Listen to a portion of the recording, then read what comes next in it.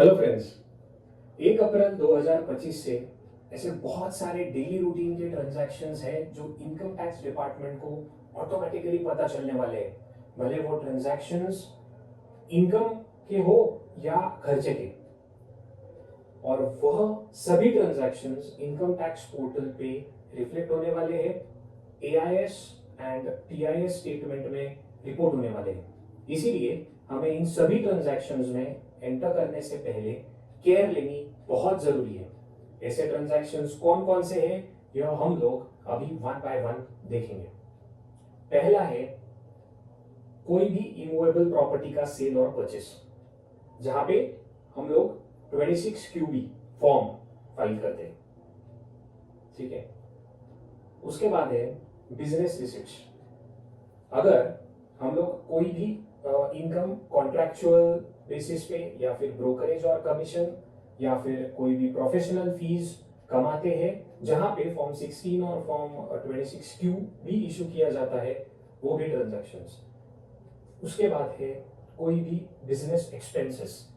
For example TCS collect करते हैं liquor purchase पे, तो परचेस अमाउंट भी रिफ्लेक्ट होता है। उसके बाद है कैश डिपॉजिट और विड्रॉल्स। अगर आपका सेविंग्स या फिर लोन या फिर सैलरी अकाउंट है और 10 लाख का लिमिट है, करंट अकाउंट पे 50 लाख का लिमिट है, वो है पर फाइनेंशियल ईयर, पर बैंक, पर पैन। उसके बाद है आउटवर्ड फॉरेन रेमिटेंस। जब फॉरेन करेंसी परचेस करते हैं, जब भी टीसीएस भी कलेक्ट होता है, इसका लिमिट है 7 लाख। काफी टाइम 7 लाख से कम वाले केसेस में भी रिफ्लेक्ट हुआ है। ओके। उसके बाद है रिसिप्ट्स ऑफ फॉरेन रेमिटेंस। अगर कोई भी आप रॉयल्टी फीस या फिर टेक्निकल सर्विसेज या फिर कोई भी इनकम आउटसाइड इंडिया कमाते हो, तो भी वो रिफ्लेक्ट होगा। उसके बाद है फॉरेन ट्रैवल। कोई भी फॉरेन कंट्री में अगर ट्रैवल करते हो और थ्रू ट्रैवल एजेंट करते हो और अगर अमाउंट 50,000 से ऊपर है, तो वो ट्रांजैक्शन रिफ्लेक्ट होगा। उसके बाद है टाइम डिपॉजिट, मतलब कोई भी फिक्स डिपॉजिट या फिर आरडी जो 10 लाख से ज्यादा है एक बैंक में एक फाइनेंशियल ईयर में। ठीक है। उसके बाद है कोई भी सिक्योरिटीज या फिर म्यूचुअल फंड्स परचेस करते हो या फिर आपका इंट्राडे ट्रांजैक्शंस होते हैं या फिर आपके लॉन्ग टर्म कैपिटल गेन और शॉर्ट टर्म कैपिटल गेन होता है, वो भी रिफ्लेक्ट होता है। उसके बाद है जीएसटी सेल एंड परचेसेस, मतलब जो जीएसटी टर्नओवर जीएसटी पोर्टल पे रिपोर्ट होगा वो इनकम टैक्स पे भी रिफ्लेक्ट होगा। ठीक है।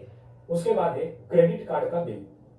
जब भी आप 10 लाख से ज्यादा ऑनलाइन पे करते हो क्रेडिट कार्ड का bill in a single financial year, और इन कैश 1 लाख से ज्यादा पे करते हो एक क्रेडिट कार्ड कंपनी का, तो भी वो ट्रांजैक्शन रिफ्लेक्ट होता है। उसके बाद है सैलरी इनकम। अगर आपका एम्प्लॉयर यह डिटेल्स इनकम टैक्स को सबमिट कर रहा है और आपको फॉर्म 16 इशू कर रहा है, तो भी ये ट्रांजैक्शन रिफ्लेक्ट होगा। उसके बाद है रेंट रिसीव्ड। अगर जो टेनेंट है उसे पे करते वक्त टीडीएस डिडक्शंस का प्रोविजन एप्लीकेबल होता है और वो फॉर्म 16A इशू करता है, तब ये ट्रांजैक्शन रिफ्लेक्ट होगा। उसके बाद है डिविडेंड इनकम। अगर आप कमाते हो 5,000 से ज्यादा ड्यूरिंग सिंगल फाइनेंशियल ईयर।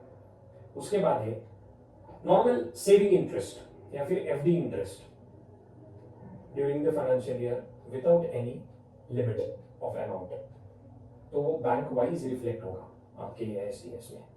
उसके बाद है interest from income tax refund. अगर पिछले साल में आपको इनकम टैक्स रिफंड आया होगा, तो वो उस पे जो इंटरेस्ट मिला होगा वो भी रिफ्लेक्ट होता है। उसके बाद है इंश्योरेंस कमीशन। कोई भी टाइप का कमीशन अगर आपको मिलता है जिसपे टीडीएस डिडक्ट होता है, तो भी वो रिफ्लेक्ट होगा। उसके बाद है receipts from life insurance policy. जो भी इनकम आपको, मतलब आपकी मैच्योर होती है पॉलिसी, तब जो इनकम एग्जेम्प्ट है सेक्शन 10(10)(d) के अंडर, तो भी वो इस स्टेटमेंट में रिफ्लेक्ट होगा। उसके बाद है आप कोई भी व्हीकल आपका सेल या परचेस करते हो जिसकी अमाउंट 10 लाख से ज्यादा है ड्यूरिंग फाइनेंशियल ईयर। उसके बाद है ऑनलाइन गेम्स से अगर आप कुछ कमाते हो, तो भी ये ट्रांजैक्शन आपका रिफ्लेक्ट होगा।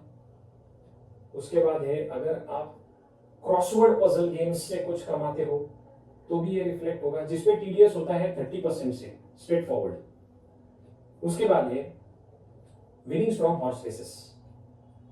कोई भी टाइप के हॉर्स रेसेस पे कितने भी अमाउंट का अगर आपको इनकम होता है तो वो रिफ्लेक्ट होगा। उसके बाद है purchase of foreign currency. 10 lakh से ज्यादा ड्यूरिंग द फाइनेंशियल ईयर अगर आप फॉरेन करेंसी परचेस करते हो तो आपका डीलर वो इंफॉर्मेशन इनकम टैक्स डिपार्टमेंट को देगा। उसके बाद है एजुकेशनल फीस या डोनेशन अगर आप पे करते हो during the financial year 1 lakh से ज्यादा तो भी वो रिफ्लेक्ट होगा। उसके बाद है इलेक्ट्रिसिटी बिल। अगर ड्यूरिंग द फाइनेंशियल ईयर आप इलेक्ट्रिसिटी बिल पे करते हो सिंगल कनेक्शन पे 1 लाख से ज्यादा तो वो रिफ्लेक्ट होगा इनकम टैक्स पोर्टल पे। उसके बाद है air travel, domestic business class या फिर इंटरनेशनल ट्रैवल, वो भी रिफ्लेक्ट होगा। उसके बाद है कोई आप गोल्ड परचेस करते हो, ज्वेलरी, बुलियन, पेंटिंग, मार्बल, ये सभी एंटीक चीजें परचेस करते हो अगर 1 लाख से ज्यादा इन अ सिंगल फाइनेंशियल ईयर तो भी वो रिफ्लेक्ट होगा। उसके बाद है कोई भी इनकम टैक्सेस जो advance tax, TDS, TCS, self assessment during the year, वो अमाउंट वाइज रिफ्लेक्ट होगा। उसके बाद है receipt on virtual digital assets, मतलब बिटकॉइन जैसे अगर आप सेल करते हो कोई एसेट तो भी वो रिफ्लेक्ट होगी। तो इन टाइप की सभी ट्रांजैक्शंस आपके इनकम टैक्स पोर्टल पे रिफ्लेक्ट होने वाली है, इनकम टैक्स डिपार्टमेंट को पता चलने वाली है। सो इन ट्रांजैक्शंस में एंटर करने से पहले आपको बहुत केयर लेनी जरूरी है, प्लानिंग करनी जरूरी है। Thanks a lot.